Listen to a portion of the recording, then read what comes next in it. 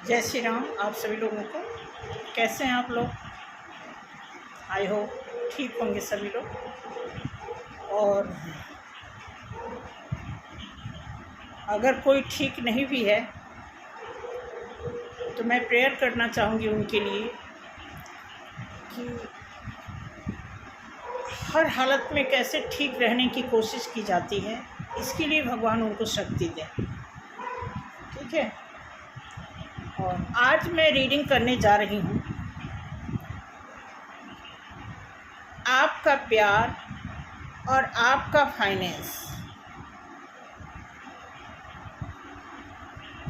Understand? आपका प्यार और आपका फाइनेंस, ये आपको मैं दो सिचुएशन देती हूँ। सिचुएशन नहीं देती हूँ, दो पायल रख देती हूँ।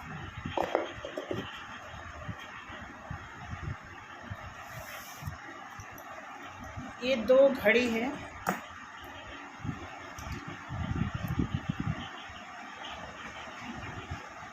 Pile number 1, pile number 2, pile number 1 और pile number 2। Pile number 1 love का साइन है, आपका प्यार क्या बता रहा है।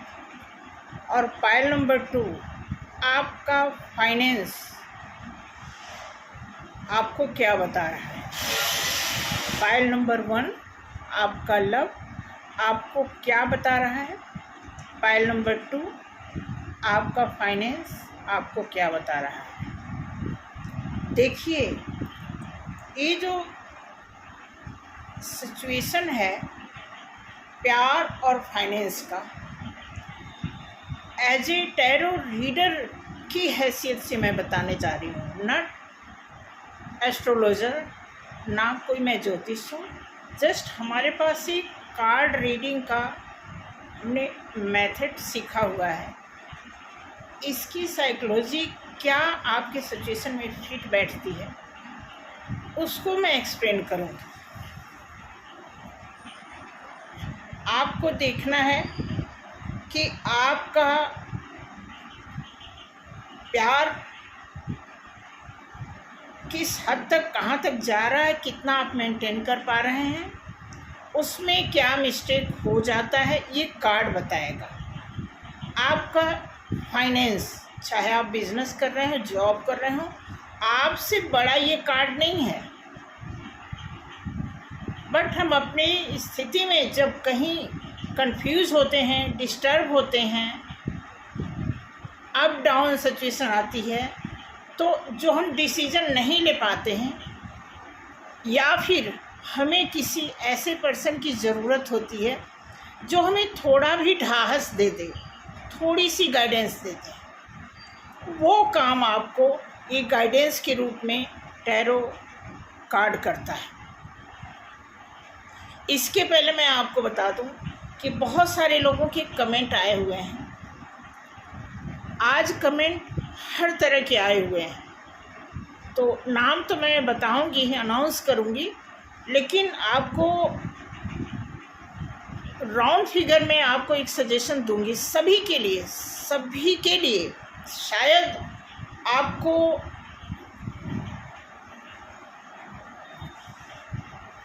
ऐसा लगे कि कुछ जगह मैं अपने एक्सपीरियंस से बोल रही हूँ, या कुछ जगह आपका एक्सपीरियंस फिट हो सकता है।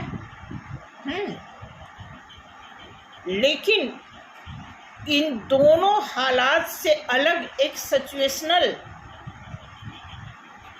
कंडीशन आती है, एक सरकमचांस होता है आदमी की लाइफ में, जो आप अच्छी तरह जानते हैं। तो आपको मैं ज़्यादा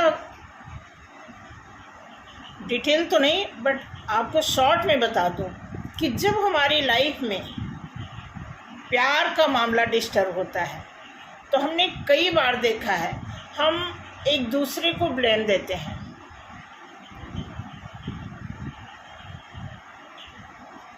जब फाइनेंस की सिचुएशन डिस्टर्ब होती है तो वहाँ पे भी जब दो पार्टी मिलके काम कर रहे होते हैं तो मैं आपको बता दूँ, प्रोफेशन में, प्यार में तो अप डाउन चल जाता है, लेकिन किसी प्रोफेशन में जब पैसे का मामला होता है तो वहाँ पे बहुत ज़्यादा काम बिगड़ने के चांस बन जाते हैं।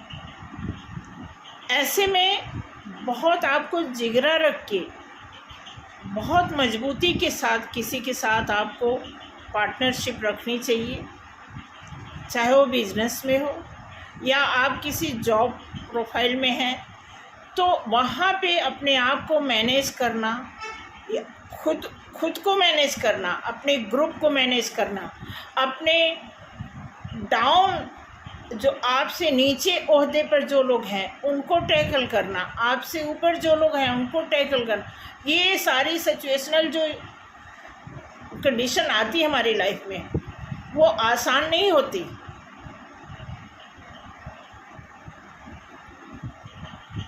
अब मुझे नहीं पता आप लोग किस किस फील्ड के मास्टर हो, किस किस फील्ड में काम कर रहे हो, क्या सिचुएशन है, क्या आपको प्रॉब्लम आती है, ठीक है। मगर मुझे एक इंट्यूशन सा फील हुआ कि मैं थोड़ा सा लव पे और एक फाइनेंस पे थोड़ा सा कार्ड देखते हैं, चेक करते हैं क्या निकलता है, ठीक है। उसके पहले मैं थोड़ा सा कुछ हमारे प्यारे प्यारे कमेंटेटर हैं उनके बारे में थोड़ा मैं बता दूं।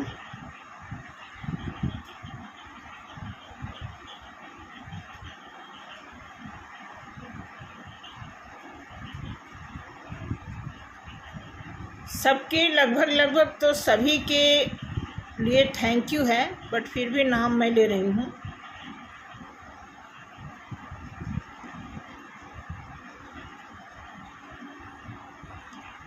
ठीक है, तो रीना जी हैं, विभू दत्ता प्रधान जी हैं, जैक वॉको हैं, और क्या आशा व्यास जी हैं, जय गोपाल जी हैं, इंदु कालरा हैं, सूर्य भागलक्ष्मी हैं, हर्ष कामा हैं, सीमा जी हैं, नूतन झा हैं, विल्किस बानो हैं, नॉर्मा गोयलाल, क्या है, नॉर्मा गोयलाल कोई है ऐसे, नॉर्मो गोयलाल कुछ ऐसा है। एक्चुअली ईमेल आईडी का लोग डालते हैं, अच्छी बात है, इससे आदमी क्लियर नहीं हो पाता, बहुत अच्छा है। तो आप सभी लोगों को, पृथ्वीराज जी हैं, मैविश ब्यूटी जी हैं, वर्षा जी हैं, तो आप सभी लोगों को बहुत बहुत शुक्रिया। कुछ लोगों ने क्लेम किया है, उनके लिए बहुत बहुत शुक्रिया। कुछ लोग दिल से जुड़ने का ऑफ़र वो मेंशन किया उन्होंने, उनके लिए बहुत बहुत शुक्रिया। कुछ लोग ऐसा भी लिखे हैं कि उनकी लाइफ में कोई थर्ड पर्सन की एंट्री है, और मैं आपको पहले भी बता दी, आपको एक छोटा सा इलाज भी बता देते हैं। नेचुरली क्या होता है कि जो मेल होते हैं हमारे ना, चक्रास होते हैं, आप चाहे यहाँ से काउंट कर लीजिए या बॉटम से काउंट कर लीजिए, चक्रास होते हैं। जैसे रूट चक्र है, हमें याद भी नहीं है, रूट चक्र है, सैक्रल चक्र है, स्वाधिष्ठान है, हार्ट चक्र है, थ्रॉट चक्र है, थर्ड आइज है, इस तरह करके 6 से 7 चक्रास होते हैं, ठीक है। उसकी डिटेल भी है मेरे पास, लेकिन मैं आपको राउंड फिगर में बता रही हूँ। जो हमारे अंदर चक्रास होते हैं ना, जो हमारी एक एनर्जी होती है, आपको मैं बता दूं, जैसे आपने शक्तिमान किसी ज़माने में देखा होगा, शक्तिमान उसके पीछे के साइड से दिखाए जाते थे, उसकी शक्ति का प्रारूप दिखाया जाता था। तो होता क्या है कि मेल बॉडी में जो होता है, जो सारे चक्रास, मेल बॉडी और फीमेल बॉडी दोनों में सारे चक्रास होते हैं, लेकिन ज़्यादा एक्टिव क्या होता है, फीमेल का जो है हार्ट से ऊपर वाले चक्रास एक्टिव होते हैं, और मेल का जो है हार्ट से नीचे वाले चक्रास ज़्यादा एक्टिव होते हैं। एक्टिव होने का मतलब रफ यूज़,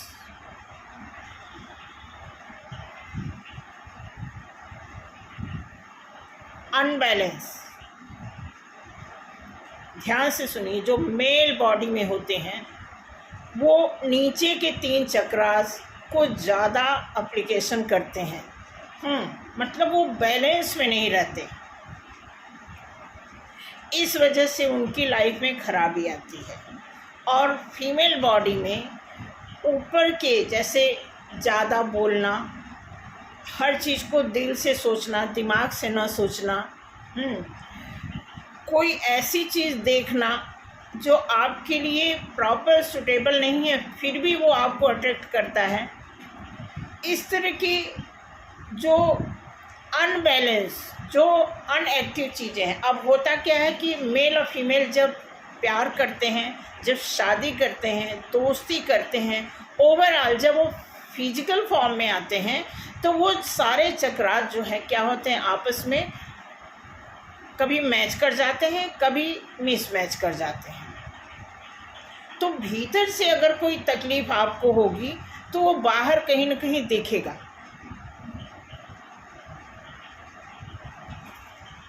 इसीलिए मैंने आपको लगभग वीडियो में मैं ही बताती हूँ कि अगर आप में से लोग सीधा बैठना सीख जाएं, बिल्कुल सीधे, रीढ़ की हड्डी को सीधा करके, या तो आप मेडिटेशन करें थोड़ा सा, ज़्यादा नहीं, 20-21 मिनट, वो रीढ़ की हड्डी सीधी करने का एक ऐसा प्रावधान है जो आपके शुरुआती दौर में आपकी बॉडी के लिए, आपकी हेल्थ के लिए सही होगा, और आने वाले टाइम में आपकी सिचुएशनल जो प्रॉब्लम आती हैं उसको भी वो रिकवर करता है। कैसे? उसके लिए बहुत पढ़ने की ज़रूरत पड़ती है। तो आपको क्या करना है, कोई भी अगर आपके प्यार में कोई दिक्कत आ रही है, आपके रिलेशन में कोई दिक्कत आ रही है, आपके फाइनेंस में कोई दिक्कत आ रही है, ठीक है, किसी भी तरह, क्योंकि जब हम इस धरती पर आए हैं सबसे बड़ी प्रॉब्लम तो हम खुद ही हैं। तो जब इस धरती पर आए हैं तो जिसके लिए मैं प्रॉब्लम हूँ और जो चीज़ें हमारे लिए प्रॉब्लम क्रिएट कर रही हैं, उन दोनों चीज़ों का मेल मिलाप कराना, एक सामंजस्य बिठा करके आगे को चलना, ये किसकी ड्यूटी है? आपकी खुद की ड्यूटी है।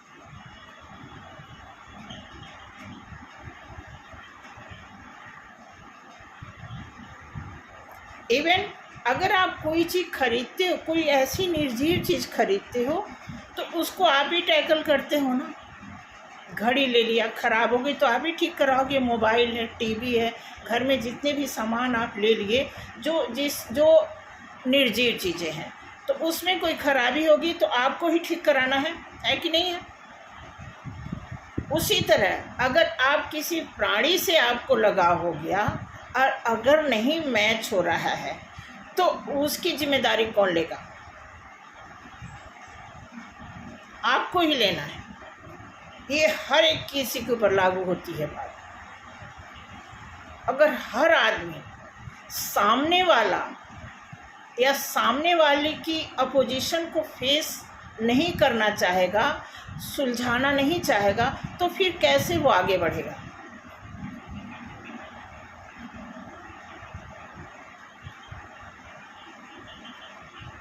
इसीलिए छोटी प्रॉब्लम करते करते वो कई बार बहुत बड़ा हो जाता है, क्योंकि हम ब्लेमिंग में रहते हैं कि तू, मैं नहीं तू नहीं मैं, ऐसा करके वो हालात जो है धीरे धीरे माहौल ख़राब होता है।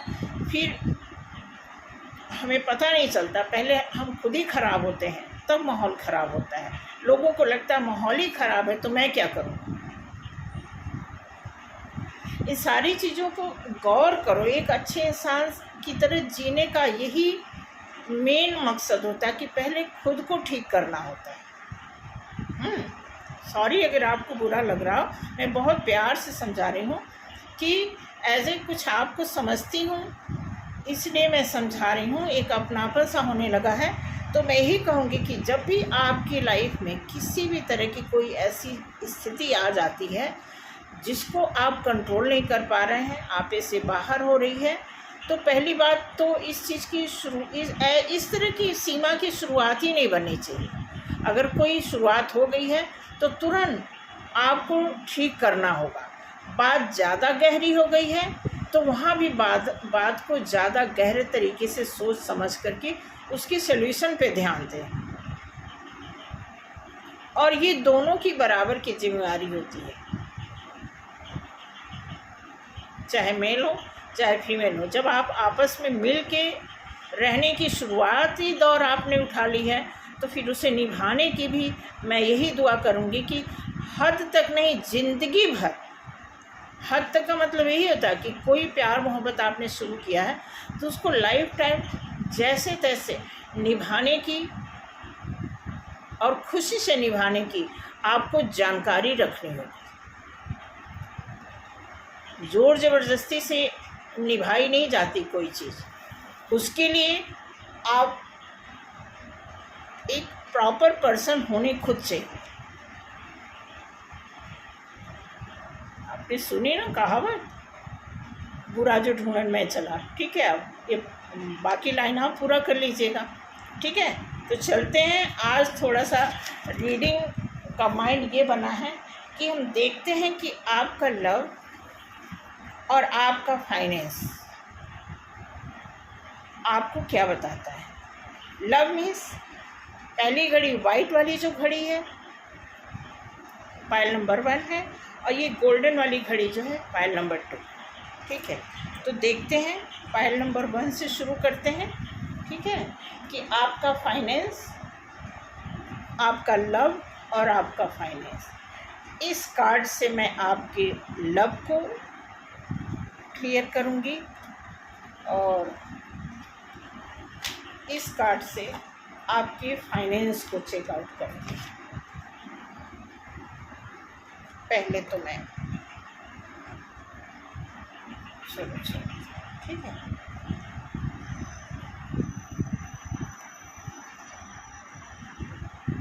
इस साइड है, ठीक है, इस साइड ये फर्स्ट कार्ड है लव वाला।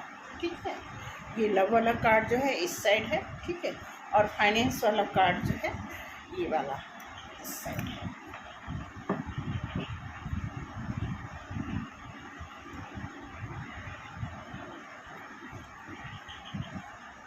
तो जो भी है आपकी लाइफ में, आपके लव वन, आपका नियर डियर जो भी हैं उनके बारे में सोचिए। और एक अच्छी श्रद्धा, अच्छी नियति के साथ विचार भाव में रहिए, प्यार में रहिए, करुणा में रहिए, ममता में रहिए। और देखिए नहीं,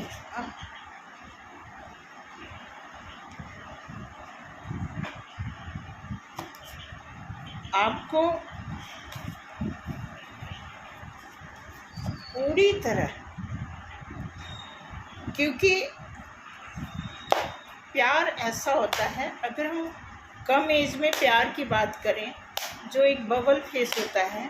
ठीक है, तो अगर हम अनजाने में भी, बचपने में भी, गलती से, भूल से, अट्रैक्शन से अगर हमें प्यार हो भी जाए, ठीक है, तो भी धीरे धीरे उस प्यार के प्रति हमें एक जिम्मेदारी का एहसास होना चाहिए। अगर आप एक अच्छे इंसान हैं तो मैं आपको बता दूं कि प्यार भी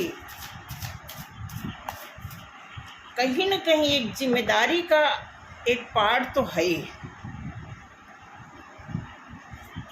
जिसको हम केयरिंग कहते हैं। ठीक है, तो और ये प्यार ऐसी चीज़ है कि फिर धीरे धीरे बढ़ने का नाम है प्यार। कम होना, गुस्सा करना, बदला लेना, इल्ज़ाम लगाना,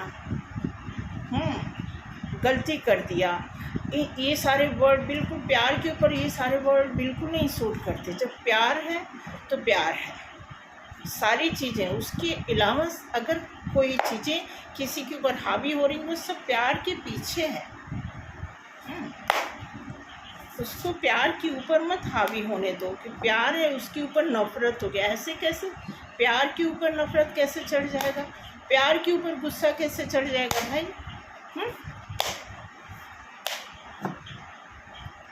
तो देखते हैं। ओके, पहला कार्ड आ गया चैरियट का। एक अच्छे कपल की पहचान, अभी जितना सारा मैंने लेक्चर दिया, एक अच्छे कपल की पहचान। अब ये ब्लैक एंड वाइट का मीनिंग क्या है? यही है कि हमारी लाइफ में जब हम दो लोग जुड़ते हैं तो हमें एक मतलब एक प्यार जैसा, चाहे आप वर्ड समझ लो चाहे सच समझ लो, डिपेंड करता है। जब जुड़ते दो लोग जुड़ते हैं, अब उसी दो लोगों की पहचान है ब्लैक एंड वाइट, अच्छा बुरा,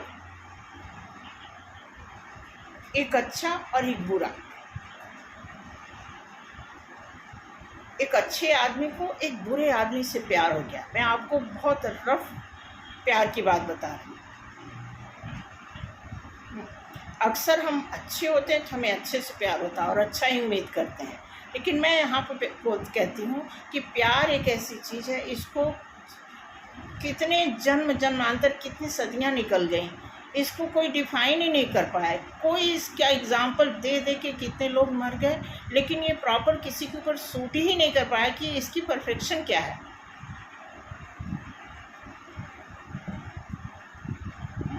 तो मैं आपको एग्जाम्पल देती हूँ कि एक गलत आदमी को एक बहुत अच्छे आदमी से प्यार हो गया, या फिर एक अच्छे आदमी को बहुत गलत आदमी से प्यार हो गया। अब वो निभाना है। अब यहाँ डंकी की चोट यहाँ आ गई है। प्यार तो हो गया, अब निभेगा कैसे? ठीक है, तो मैं ये नहीं कहूँगी कि जो अच्छा है उसे ही निभाना है। अब जो बुरा है उसे भी समझना पड़ेगा। जब दोनों मिल गए, दोनों की एनर्जी आपस में एक्सचेंज हो गई, तो दोनों को एक दूसरे का ख्याल रखना, सोचना, नर्चर करना, मतलब पूरी चेतना में रहना और एक दूसरे का इमोशन का, हर चीज़ का ख्याल रखना।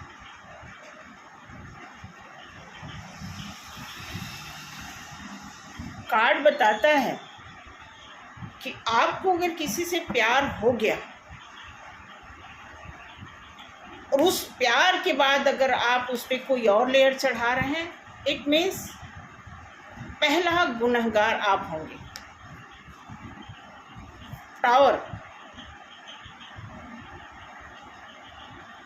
अब ये टावर का कार्ड इसलिए नहीं आया कि टावर गिरा हुआ है आपके ऊपर, नहीं, ये टावर बता रहा है, जैसा मैं बता रही हूँ ना, मैं बोल रही हूँ तो मेरी एनर्जी, मैंने कार्ड पकड़ा हुआ भी है, मैं थोड़ा सा गर्म मिजाज में भी हूँ, क्योंकि प्यार जैसे चीज़ को लोगों ने पता नहीं क्या क्या बना रखा है। इसीलिए ये कार्ड आया है प्यार, क्योंकि टावर एक ऐसी चीज़ है ना, टावर का मतलब होता है ट्रांसफॉर्म होना। अब दो आदमी, एक गलत आदमी एक सही आदमी से प्यार हो गया, ठीक है, और फिर बात बिगड़ रही है, लड़ाई हो रही है, गुस्सा हो रहा है, अब पीछे की गलतियां फील हो रही हैं, ठीक है। तो ये सब क्या है? ये फेज़ है, ये ऐसा फेज़ आपकी लाइफ में आया है, ये आपको ट्रांसफॉर्म होने का संकेत देता है, मैसेज पहुंचा रहा है कि ना, आपने जब ठान लिया है, प्यार किया है, तो निभाओ, अपने ऊपर टावर मत गिरने दो, और गिर रहा है तो उससे मतलब अगर कोई मुसीबत आपके ऊपर गिर रही है तो आप उससे बचो, संभलो, ठीक है, अपने आप को चेंज करो उससे। इस तरह का मैसेज है। दिया है द मून। अब ये कार्ड बताता है, ये कार्ड थोड़ा हिडन मैसेज देता है, लेकिन इसका एक और मकसद है। अब ये इंसान पता है क्या कह रहा है? ये कह रहा है, ये चाँद के पीछे छिप करके क्या बता रहा है कि मैं बहुत सेफ जगह हूँ, मुझे कोई देख नहीं पाएगा। मतलब ये गलतियाँ करके, अब ये आपके लव पे लागू होता है।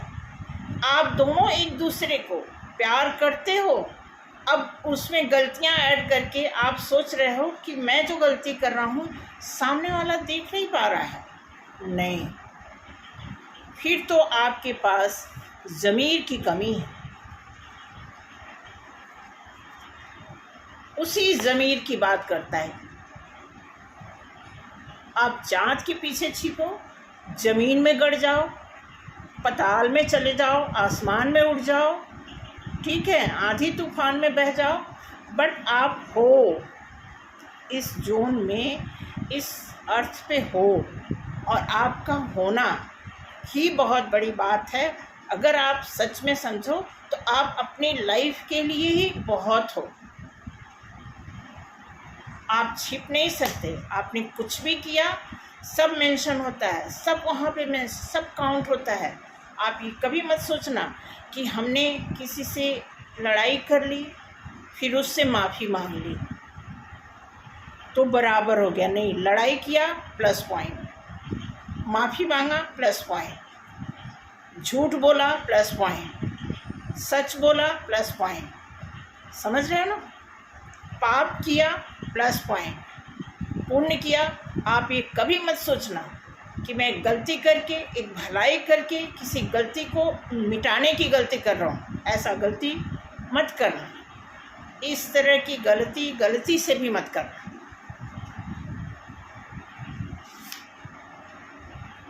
एट ऑफ कप्स अब ये बता रहा है कि आपके प्यार में प्यार तो हो गया, इमोशन भी जुड़ गया, टावर चलना शुरू हो गया, बातें छिपानी शुरू हो गई, ठीक है। अब आप दोनों में एक दूसरे में से भागने की प्लानिंग छोड़ के कहाँ जाऊँ, निकल जाऊँ, क्यों मैं फंस गया, फंस गई, ठीक है, क्या करूँ, किसको याद करूँ। आपकी थर्ड आइज भी काम कर रही है उस समय।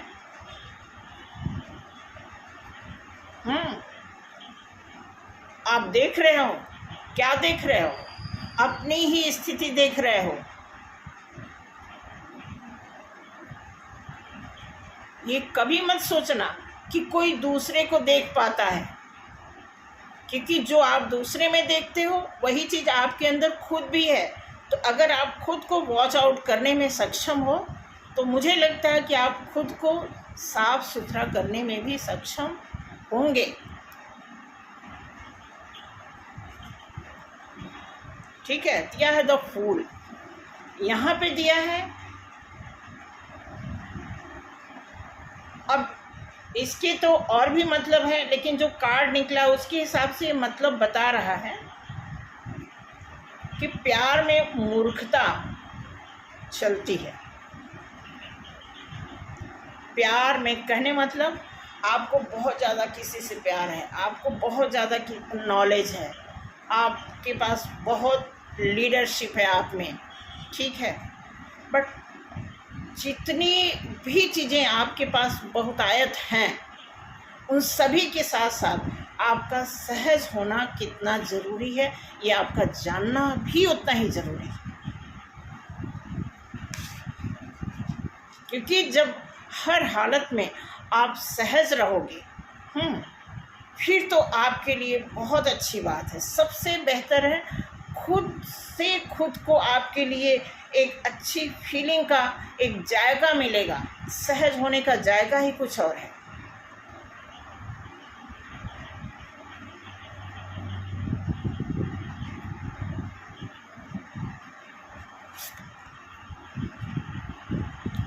दिया है जजमेंट।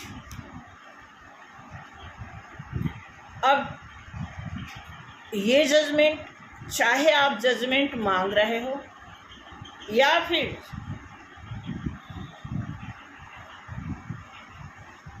आपको मिल चुका है।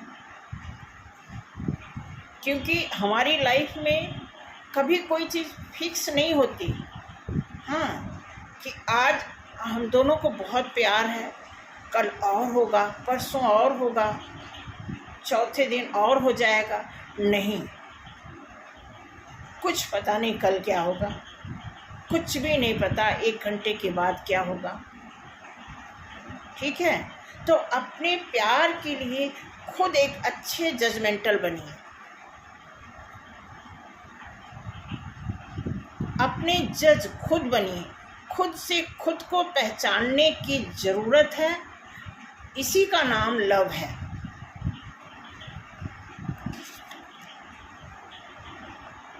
द हर्मिट बहुत अच्छा एग्जाम्पल है ये। अब हर्मिट का आप देखोगे कि इतना लंबा रास्ता तय करने के बाद एक छोटी सी लाइट के पास कोई बैठा है। किस लिए बैठा है? कि एक उम्मीद से बैठा है। वहाँ से मतलब पूरी इतना लंबा रास्ता तय करने का मतलब कि अपनी पूरी लाइफ में काफ़ी कुछ इस बंदे ने एक्सपीरियंस कर लिया है। और चलो इसको प्यार से ही परिभाषित करते हैं। लाइक यू, आपने अपनी लाइफ में बहुत कुछ देखा और बहुत कुछ में 95% आपने रफ टफ सिचुएशन देखा। अब बचा 5%। तो मैं आपको बता दूं, 5% हमें किसी भी फील्ड में आगे बढ़ने के लिए छोटा नहीं होता। मैं तो 1% की भी बात करूँगा कि अगर आपकी लाइफ में 99% चीज़ें डिस्ट्रॉय हो गई हैं, आप निराश हो गए हो, परेशान हो गए हो, लेकिन अगर 1% बचा है, यस, तो उस 1% से आप अपने प्यार के रास्ते को, किसी भी रास्ते को अपनाना चाहते हो तो आप उसे 100% कंप्लीट कर सकते हो, because of self awareness, self love. जब आप सेल्फ में रहना जान जाओगे तो आपकी लाइफ से, आपकी बॉडी से, आपके दिमाग से किसी ने आपकी एनर्जी 99% खींच ली है। आपका 99% पैसा खराब हो गया है, आपका 99% टाइम डिस्ट्रॉय हो गया है और 1% बचा है। तो आपने अगर अपने आप को संभालने की क्षमता रखी है तो उसी 1% से आप बहुत कुछ कर जाएंगे और अपनी लाइफ में वो सारी चीज़ें 100% आप रिकवर कर सकते हैं।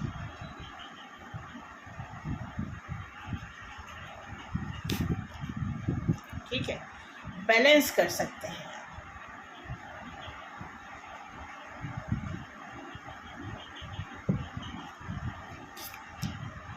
ठीक है, 9 ऑफ वॉन्ड्स। अब ये 9 ऑफ वॉन्ड्स एक फायर एनर्जी को रिप्रेजेंट करता है।